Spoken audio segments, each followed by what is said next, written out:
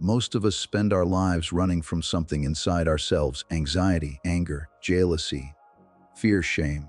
We call it darkness and assume it must be destroyed. But here is the truth few are willing to face. What you reject within yourself does not disappear. It waits, and while you pretend to be good, strong, or fine, that buried force quietly shapes your decisions, your relationships, and your destiny. The darkness inside you is not a curse. It is raw energy, and energy, when ignored, becomes chaos, but when understood, becomes power. Your task is not to kill the darkness. Your task is to master it. What you refuse to feel does not disappear. It does not dissolve with time, nor does it weaken because you ignore it. It simply descends into the unseen layers of your psyche, where it continues to live, grow, and influence you without your consent. The greatest illusion of the modern mind is the belief that control comes from suppression. In truth, suppression is the very act that hands control away. Every emotion you deny becomes autonomous. It begins to operate in the dark, shaping your reactions, distorting your perceptions, and steering your behavior in ways you do not consciously choose. This is why a person who prides themselves on being endlessly patient can erupt with startling intensity over something trivial. To the outside observer, it appears sudden and irrational, but inwardly, it is the inevitable release of pressure that has been building for years. Nothing explodes without force accumulating first. Modern psychology confirms what inner observation has long revealed. Suppressed emotions do not vanish, they transform. Anxiety emerges without an obvious cause. The body tightens, sleep becomes shallow, the mind restless. Stress hormones remain elevated, weakening both mental clarity and physical health. Over time, repression finds other exits: addiction, compulsive behaviors, chronic fatigue, or self-sabotage at the very moment success is within reach. The psyche always seeks balance. If expression is forbidden consciously, it will occur unconsciously. Consider the high-performing individual who appears disciplined, composed, and relentlessly productive. From the outside, they seem admirable. Yet many such people collapse not because they are incapable, but because they have waged a long war against themselves. Exhaustion is denied in the name of strength. Resentment is swallowed in the name of professionalism. Fear is silenced in the name of confidence. But what is silenced does not obey, it plots.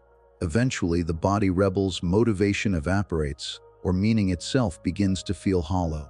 What was meant to be control becomes captivity.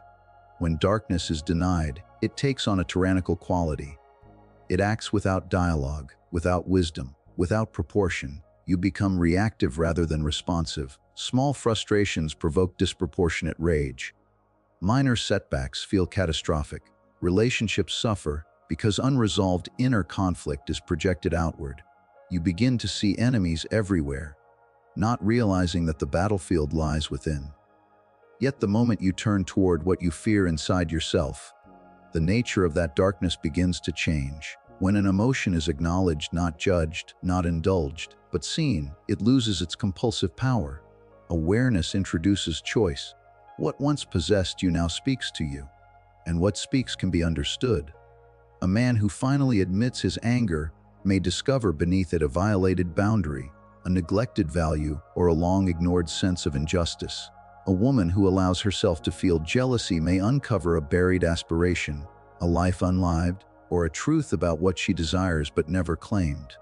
Fear, when faced directly, often reveals not weakness but care, proof that something deeply meaningful is at stake. This is the great paradox of inner work. The very forces you most wish to eliminate are often the ones carrying the most vital information about your life. Darkness, when brought into consciousness, it becomes a guide. It points toward growth, integrity, and wholeness. It shows you where you have been false, where you have compromised yourself, where you have abandoned your own truth to be acceptable, liked, or safe. To acknowledge darkness does not mean to act it out blindly. It means to take responsibility for it. Responsibility is the dividing line between destruction and transformation. An emotion owned can be disciplined. An impulse understood can be directed. But an impulse denied will always seek expression in distorted form. You do not become free by pretending to be light. You become free by being whole. Wholeness includes what is uncomfortable, contradictory, and imperfect. It requires the courage to look inward without flinching and to say, "This too is part of me." In that moment, the psyche begins to reorganize itself. Energy once spent on repression becomes available for creativity, strength, and clarity. What you suppress controls you because it lives beyond your awareness. What you acknowledge enters into relationship with you. And in that relationship, power shifts. The tyrant becomes a teacher, the enemy becomes an ally, and the darkness you once feared becomes the very force that leads you back to yourself. The emotions you are most eager to silence are often the ones speaking the clearest truth about your life. We are taught to distrust anger, to feel ashamed of jealousy, and to flee from fear as though these inner states were signs of moral failure. Yet the psyche does not generate emotion without meaning. Every strong feeling arises in response to something that touches the core of your values. To dismiss these emotions is to ignore the language through which your inner life communicates with you. Anger, in its essence, is not cruelty or violence. It is a signal. It appears when something sacred to you has been violated, a boundary has been crossed, a truth ignored, or a dignity denied. When anger is dismissed as weakness, it does not disappear, it hardens. It becomes bitterness, sarcasm, or quiet contempt. But when it is examined, anger reveals what you stand for. It shows where you have allowed too much, tolerated too long, or remained silent when your inner voice demanded expression. Jealousy, too, is deeply misunderstood. Most people experience it as shameful and attempt to suppress it immediately, but jealousy is rarely about the other person. It is about an unlived part of yourself. When you envy another's success, freedom, or recognition, you are being confronted with a desire you have neglected or denied. Jealousy exposes a gap between the life you are living and the life you sense is possible for you. It is not an accusation against others, it is an invitation to reclaim your own potential. Fear is perhaps the most revealing emotion of all. We often imagine fear as evidence of inadequacy, yet fear emerges precisely where meaning is present. You do not fear what is insignificant. You fear loss where there is attachment, failure where there is aspiration, and judgment where there is longing for authenticity. Fear tells you where your heart is invested. To flee from fear is to flee from the very things that matter most to you. Consider the man who feels persistent resentment at his workplace. He tells himself he should be grateful, that others have it worse, that his anger is unjustified. Outwardly, he performs his duties. Inwardly, he grows increasingly detached, exhausted, and cynical. He believes his anger proves he is ungrateful or immature. But when he finally turns toward this resentment instead of away from it, a deeper truth emerges. His work lacks meaning. His contributions are unseen. His need for purpose and respect has been quietly ignored. His anger is not a flaw, it is a protest of the soul. Throughout history, the individuals who reshaped culture were rarely those who felt comfortable within it. Many reformers were driven by outrage at injustice, artists by dissatisfaction with convention, and thinkers by inner conflict that refused to be silenced. Their darkness was not chaos, it was tension, and tension, when held consciously, becomes creative force. The discomfort they felt was not something to be eliminated, but something to be transformed into action, insight, and expression.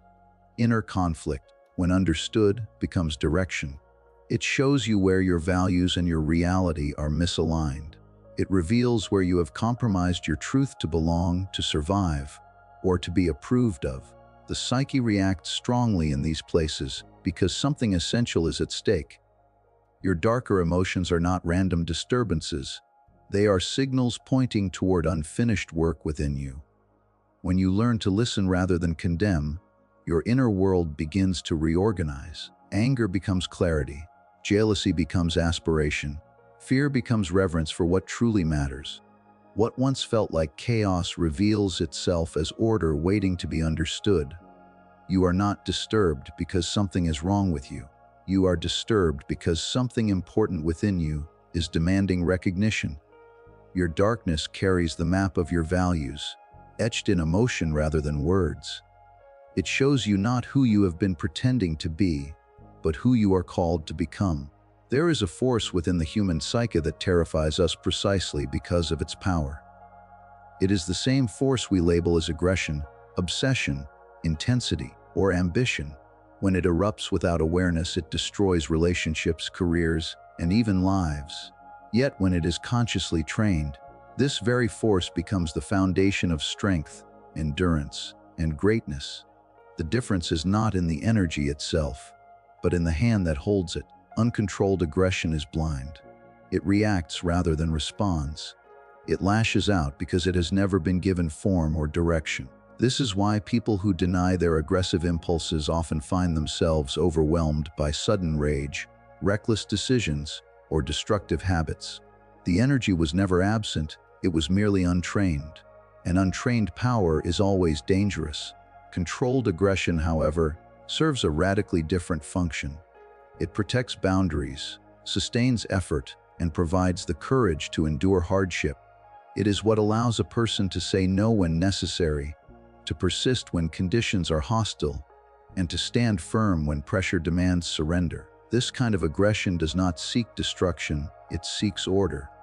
Athletes understand this truth intuitively. The elite fighter is not the one who is ruled by anger, but the one who has learned to contain it. In competitive sports, raw rage leads to mistakes, wasted energy, and defeat. Discipline transforms that same intensity into precision, timing, and resilience. The athlete trains not to eliminate aggression, but to harness it, to decide when to unleash force and when to restrain it. Without discipline, strength collapses into chaos. With discipline, it becomes mastery. This principle extends far beyond the arena of sport. In life, the same inner fire that could make you volatile can also make you formidable. The drive that might turn into obsession and burnout can, when consciously shaped, become extraordinary focus. The intensity that could isolate you can also give you the endurance to build something meaningful over years of uncertainty and resistance. Nothing powerful within you is inherently good or bad. Its value depends entirely on whether you have learned to guide it. Modern performance psychology confirms what experience has long suggested. Individuals who integrate emotional intensity rather than suppress it demonstrate greater persistence, higher confidence, and increased tolerance for stress. They do not waste energy fighting themselves. Instead, they align their inner forces toward a chosen direction. Suppression weakens because it fractures the psyche. Integration strengthens because it unifies it. Many people fear their own intensity. They are afraid that if they fully acknowledge it, they will lose control. In truth, the opposite is the case. What you refuse to acknowledge controls you from the shadows. What you bring into awareness becomes subject to choice. Discipline is not repression. Discipline is relationship. It is the conscious agreement between the ego and the deeper forces of the psyche. To discipline darkness means to observe it without judgment, to understand its rhythms, and to give it purpose. Aggression becomes determination. Obsession becomes devotion. Desire becomes commitment. The same energy remains, but its expression changes because it has been given form. This is how strength is built, not by becoming less intense, but by becoming more conscious. Every resilient individual has learned this lesson in some form. They have faced moments where quitting would have been easier, where fear and frustration threatened to overwhelm them. What carried them through was not calm positivity, but a disciplined inner fire, a refusal to collapse, a willingness to endure discomfort without turning against themselves or others. Your darkness is fuel. Left unmanaged, it will burn everything around it, including you. But fuel placed within an engine becomes motion. Discipline is the steering wheel. It determines direction, pace, and control. Without it, power is wasted. With it, power becomes purpose. Strength is not the absence of dangerous impulses. It is the capacity to hold them consciously. When you stop fearing your intensity and start shaping it, you no longer need to fight yourself. You become aligned. And in that alignment, you discover that what once threatened to destroy you is the very force that makes you unbreakable. Human beings are instinctively drawn to what feels real. We may admire perfection from a distance, but we trust authenticity. There is a quiet relief in encountering someone who does not pretend to be flawless, someone whose presence does not demand that we also wear a mask. This is because, at a deep psychological level, we recognize truth when we encounter it, and truth is never one-sided. It contains contradiction, vulnerability, strength, and flaw all at once. A leader who admits fear does not weaken their authority, they deepen it. When a person in power acknowledges uncertainty, others feel seen in their own doubts. Loyalty is born not from invincibility, but from honesty. In the same way, a parent who can say, "I was wrong," builds a bond that no rigid authority can create. The child learns that worth is not dependent on perfection, but on sincerity.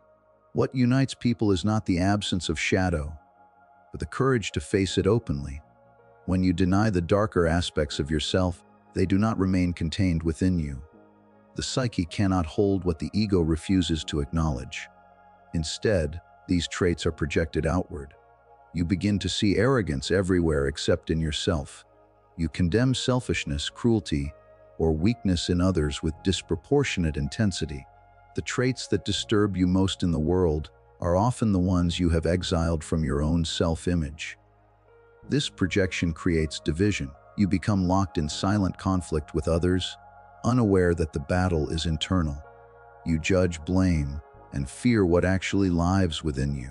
And the more fiercely you deny these qualities, the more power they gain over your perceptions. The world begins to feel hostile, full of enemies and threats, when in reality, it is your own unacknowledged shadow shaping what you see. Yet the moment you turn inward with honesty, something remarkable occurs. When you admit, even quietly to yourself, "This too is part of me," the compulsion to project weakens. You become less reactive, less defensive.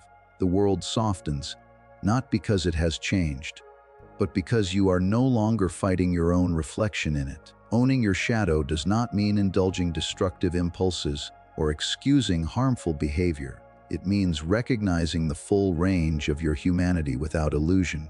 It means understanding that the same capacity for kindness also carries the potential for cruelty, and that pretending otherwise does not make you virtuous, it makes you unconscious. Consciousness is what transforms instinct into wisdom. When light and dark are accepted together, psychological freedom emerges. You no longer need to perform goodness to earn worth. You no longer need to exhaust yourself maintaining an image. Energy once spent on pretense becomes available for presence. You begin to live rather than act. And others feel this shift immediately. Authenticity is not announced, it is sensed. In relationships, this integration creates depth. People feel safer around those who have faced themselves. Conversations become more honest. Conflicts become less about winning and more about understanding. You are no longer terrified of being exposed because you have already seen yourself clearly. Vulnerability ceases to be a threat and becomes a bridge. Many people believe that authenticity means being only positive, only kind, only agreeable. But this is merely another mask. True authenticity includes the ability to say no, to feel anger without cruelty, to hold sadness without shame, and to acknowledge fear without collapse. It includes boundaries as much as compassion. Without shadow, light has no substance. Authenticity is not purity. Purity belongs to ideals, not to living human beings. Authenticity is integration. It is the union of opposites within the psyche, held consciously rather than split apart. When you accept your full nature, you become grounded. You no longer seek validation through perfection, because you are rooted in truth. To own your shadow is to reclaim your wholeness, and wholeness carries a quiet authority that cannot be imitated. It draws trust without effort. It creates presence without force. When you stop pretending to be only light, you finally become real. Make no mistake, this work is not an invitation to indulge your worst impulses or to justify destructive behavior. To confuse awareness with permission is one of the most dangerous misunderstandings of the inner life. The task is not to surrender to darkness, but to discipline it. For what you do not discipline will eventually discipline you, often with consequences far more severe than you ever intended. Within every human being exists a reservoir of instinctive force. It is ancient, powerful, and morally indifferent. It can build civilizations or reduce them to ruin. This force is neither good nor evil in itself. It simply is. When left unconscious, it seeks expression without wisdom. When brought into awareness, it becomes available to choice. And choice is the birthplace of responsibility. Your darkness is a weapon. Like all weapons, it amplifies intent. In trained hands, it protects, defends, and preserves life. In untrained hands, it destroys indiscriminately. History offers countless examples of this truth. Unexamined rage, fueled by humiliation and fear, has created tyrants who mistook inner chaos for strength. Their inability to confront themselves was projected onto entire nations with devastating consequences. They did not lack power, they lacked consciousness. Yet the same force, when examined, has ignited revolutions that restored dignity and justice. Those who transformed societies were not free of anger. They were intimate with it. They understood its origin, its limits, and its purpose. Their rage was not a blind eruption, but a disciplined response to injustice. Awareness did not weaken their intensity, it gave it direction. Fear follows the same pattern. When fear remains unconscious, it contracts the personality. It narrows perception, freezes action, and convinces the individual that safety lies in avoidance. Life becomes smaller, choices become fewer, and paralysis sets in. But when fear is consciously faced, it sharpens awareness. It prepares the mind, refines judgment, and encourages foresight. Conscious fear does not cripple, it instructs. To bring darkness into awareness is to step into maturity. It is to accept that you are capable of harm as well as good, of cruelty as well as compassion. This acceptance is not cynical, it is grounding. Only those who recognize their capacity for destruction can be trusted with power. Only those who know their shadow can restrain it when restraint is required. When you understand your darker impulses, you gain the freedom to choose when to act and when to hold back. You are no longer driven by compulsion. Anger does not seize you.